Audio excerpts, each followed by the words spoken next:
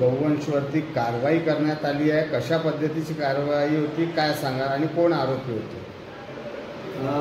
Pardi police स्टेशनच्या हद्दीमध्ये नागपूर शहरात आज दिनांक 17/4/2025 रोजी सकाळी एक आम्हाला कंट्रोल रूमवरून कॉल आला की काही जनावरांची गाडी थांबून आहे।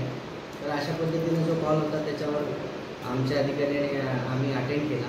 त्याच्यानुसार तिथे घटनास्थळी जाऊन पाहिलं असता त्याच्यामध्ये 15 गोवंश जातीची जनावरं कोंबून भरलेल्या अवस्थेत मिळून आली आणि बोलेरो पिकअप व्हॅन प्रकाराची गाडी होती आणि त्या गाडीमध्ये अशा प्रकारचे जे कोंबून झालेले जनावरं होते त्याचे तात्काळ आम्ही त्याची दखल घेऊन त्यांना रेस्क्यू करण्याच्या उद्देशाने गोशाळेमध्ये नेऊन त्यांना जमा केले आणि त्यांची शुश्रूषा म्हणून तिथल्या सर्व डॉक्टरांची भेट आणि तिथल्या ज्या काळजी घेणारे भाऊ जे लोक आहेत त्यांच्याशी बोलून त्यांचा व्यवस्थित पंचनामा करून आम्ही त्यांना सुपूर्द केले। त्या दरम्यान समजून आलं की 2 जनावरांची तिथे मृत्यू झालेला आहे आणि त्या वाहतुकी दरम्यान जे क्रूरतेने त्यांनी वाहतूक केली त्या पद्धतीने त्यांना क्षती पोचून त्यांचा मृत्यू झाला आहे।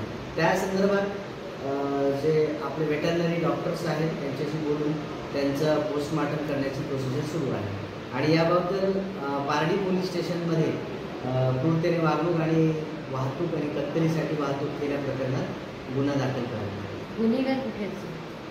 ती गाडी बेवार स्थितीत मिळून आली होती। गुन्हेगार पळून गेले होते पण त्याचा काही प्रॉब्लेम नाही, आपल्याला गुन्हेगारी मिळवूनच जाईल कारण गाडीचा नंबर आहे त्यांचा, आपल्याला इंजिन नंबर आणि चेसिस नंबरवरून मालकाची आपण माहिती काढू।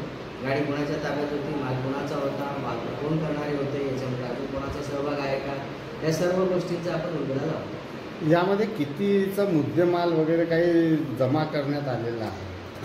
जवळजवळ या गाडीची किंमत आणि आपला जो मुद्देमाल आहे त्याची जर एकूण किंमत पाहिली तर 5,50,000चा मुद्देमाल आपण हस्तगत केला।